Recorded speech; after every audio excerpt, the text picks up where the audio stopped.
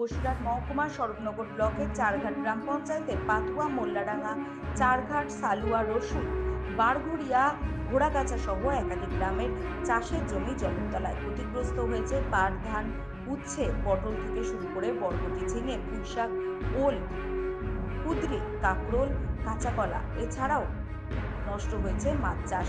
টানা বর্ষণের ফলে যমুনা, পদ্মা, ইছামতি নদীর দুকুল ছাপিয়ে জল ঢুকে পড়েছে গ্রামের মধ্যে। এদিকে স্তব্ধ হয়েছে জনজীবন, অন্যদিকে ক্ষতিগ্রস্ত হয়েছে মৎস্য ও কৃষি চাষ। উত্তর চব্বিশ পরগনা জেলার মধ্যে স্বরূপনগর ব্লককে বলা হয় কৃষি ভাণ্ডার। এই ব্লকের হাজার হাজার একর জমি রয়েছে সবজি চাষের। অন্যদিকে রয়েছে বিভিন্ন প্রজাতির মাছ চাষের ভেরি ও পুকুর। অতিরিক্ত জলের কারণে সবজি ফসলের গোড়ায় জমে রয়েছে জল। তা থেকে গাছের গোড়ায় পচন ধরে আস্তে আস্তে গাছ শুকাতে শুরু করেছে। বাজারে সবজি অমিল হতে দেখা দিতে শুরু করেছে।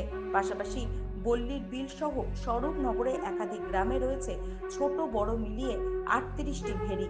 রয়েছে শয়ে শয়ে পুকুর। সেখানে অত্যাধিক পরিমাণে জল ঢুকে পড়ার কারণে পুকুর ও মাছের ভেরি থেকে মাছ বেরিয়ে বিভিন্ন নদী নালায় ঢুকে পড়েছে। সব মিলিয়ে চাষিকুল মহাবিপদে। বেশিরভাগ চাষিরা চড়া সুদে বাজার থেকে ঋণ নিয়ে সবজি থেকে মাছ চাষ করছিল লাভের আশায়। সেই আশায় একেবারেই জল ঢেলে দিল। শ্রাবণ মাস, কৃষকরা বলেছেন প্রতি বছর জলের তলায় চলে যায় ফসলের জমি। বারবার প্রশাসনকে জানিয়েও কোনা সুরহা মেলেনি। সরকারি সাহায্য সেভাবে পাওয়া যায় না। তাই কিভাবে চাষিকুল বেঁচে থাকবে তা নিয়ে উঠছে প্রশ্ন। আমি কাঁকরোল চাষ করেছিলাম। কাঁকরোল চাষ করে লস খেয়েছি। আস্তে আস্তে জল উঠে গেছে। জল উঠে যাওয়ার পরে আমরা এখন বেকার আছি বসে। ভাগ চাষি, আমরা ভাগে লিচি চাষ করি। মালিক হচ্ছে টাকা পয়সা নিয়ে চলে গেছে। এখন বলছে আমরা ক্ষতিপূরণ আমরা কী করে দেবো। এইভাবে আমরা চুপচাপ ১ বিঘে জমি। ঠিক আছে, এখন আর বাঁচবে না। ১০ কাঠা জমি পুঁইশাক। কি হবে এখন? টাকা পয়সা কি দেনা করে দিলে? হ্যাঁ, কি হবে এবার, দেনা শোধ হবে কি করে? এখন আবার ভবিষ্যতে চাষ করতে হবে, তারপর দেনা শোধ হবে।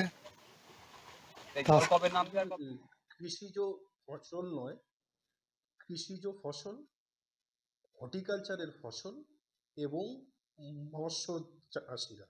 আপনারা জানেন আমাদের আমাদের ৮খানা গ্রাম পঞ্চায়েত মেইনলি শাকসবজি প্রচুর হয়, প্রচুর হর্টিকালচার ক্রপ হয়। যেদিকেই আপনারা যাবেন দেখবেন কোথাও হর্টিকালচার ক্রপ কিন্তু নেই, সমস্ত কিছু নষ্ট গেছে।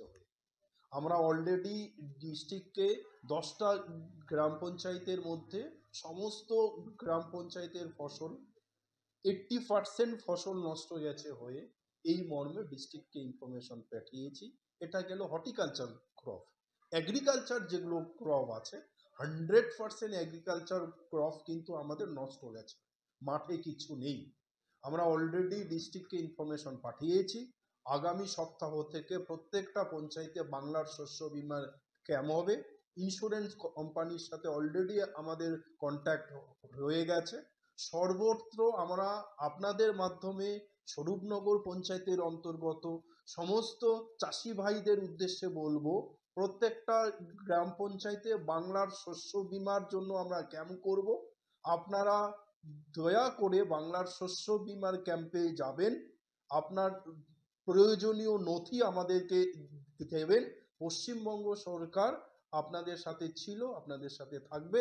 আপনারা যাতে এটার যথোপযুক্ত কম্পেনসেশন পান, আমরা তার বন্দোবস্ত করছি। মৎস্য চাষীদের জন্য কি দিন? আমাদের কাছে মৎস্য চাষীদের যা ইনফরমেশন আছে, এখনো অবধি আমার 70 থেকে 80 বিঘা মৎস্য চাষ কিন্তু নষ্ট গেছে, মানে এদের মাছগুলো অন্যত্র গেছে।